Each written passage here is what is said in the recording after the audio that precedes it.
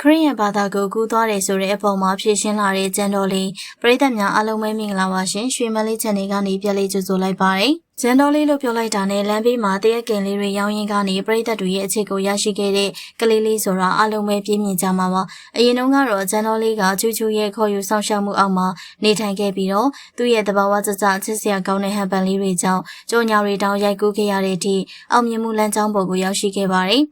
ဒါပေမဲ့ကံမကောင်းစွာနဲ့ဖခင်ဖြစ်သူရဲ့နောက်ွယ်ကပြဿနာတွေကြောင့်ချူချူနဲ့လမ်းခွဲခဲ့ရပြီးတော့သူ့ရဲ့အောင်မြင်မှုခရီးလမ်းလေးကရုတ်တရက်ရပ်တန့်သွားခဲ့ရပါတယ်။အဲဒီနောက်ပိုင်းမှာတော့ဂျန်တော်လေးကိုပရိသတ်တွေသိမတွေ့ရတော့ပဲကြောက်ပွဲစားလုပ်တာခေါင်းအုံနဲ့မွေရအယောင်းဝယ်လုပ်တာကအစ live ဆေးလွှင့်တဲ့အလုပ်တွေအထိဘဝဝမ်းကြောင်းအတွက်အလုပ်မျိုးစုံကိုစူးစမ်းပန်းစားရုန်းကန်ဖြတ်သန်းနေခဲ့ရတာကိုတွေ့ရပါတယ်။ဘဝကိုအရှုံးမပေးဘဲငငယ်ရွယ်နဲ့ကိုချရောက်ပေါ်ကိုရက်တီးဖို့စူးစမ်းနေတဲ့သူမရဲ့စိတ်ဓာတ်လေးကတော့တကယ်ကိုလေးစားချီးကျူးစရာပါ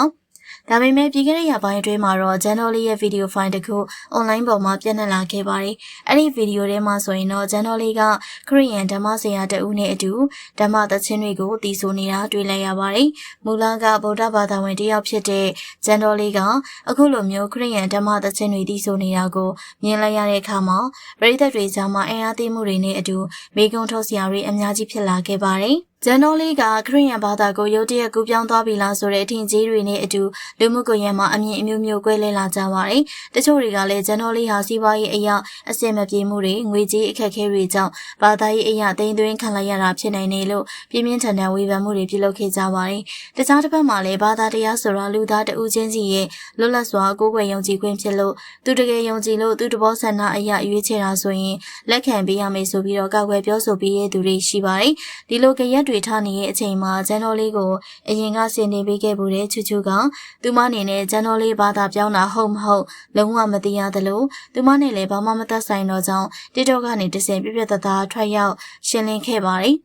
ဒီလိုနဲ့ဝေဖန်မှုတွေတင်ကြီးတွေအမျိုးမျိုးထွက်ပေါ်နေချိန်မှာဂျန်တော်လေးရဲ့လက်ရှိအလုပ်ရှင်ဖြစ်သူကဒီကိစ္စနဲ့ပတ်သက်ပြီးတော့အမှန်တရားကိုအတိအလင်းဖြေရှင်းလာခဲ့ပါတယ်။အလုပ်ရှင်ဖြစ်သူရဲ့ရှင်းလင်းချက်အရဂျန်တော်လေးကခရစ်ယာန်ဘာသာကိုပြောင်းလဲသွားတာလုံးဝမဟုတ်ဘူးဆိုတာကိုအခိုင်အမာဖြေရှင်းပြောဆိုထားပါတယ်။ဗီဒီယိုတွေကမြင်ကွင်းဟာအခြေအနေရသည်ဆိုခဲ့တာမျိုးဖြစ်နိုင်ပြီးတော့ဘာသာရေးအယူဝါဒပြောင်းလဲသွားတာမဟုတ်ကြောင်းရှင်းလင်းထားတာကြောင့်ပရိသတ်တွေရဲ့ထင်ကြီးတွေနဲ့ကောလာဟလတွေဟာအဆုံးသတ်သွားခဲ့ရပါတယ်။တကယ်တော့ဘာသာရေးဆိုတာအလွန်မဲနန်းနဲ့တိမ်မွေးတဲ့ကိစ္စရပ်တစ်ခုပါလူတယောက်ရဲ့ကိုယ်ပိုင်ယုံကြည်ခွင့်ရွေးချယ်ခွင့်ကိုလေးစားဖို့လိုအပ်တယ်လို့တိကျတဲ့အချက်အလက်ခိုင်လုံမရှိဘဲအွန်လိုင်းပေါ်မှာဗီဒီယိုလေးတစ်ခုနဲ့ကောက်ချက်ချဝေဖန်တာမျိုးတွေကိုအထူးဆင်ခြင်သင့်ပါတယ်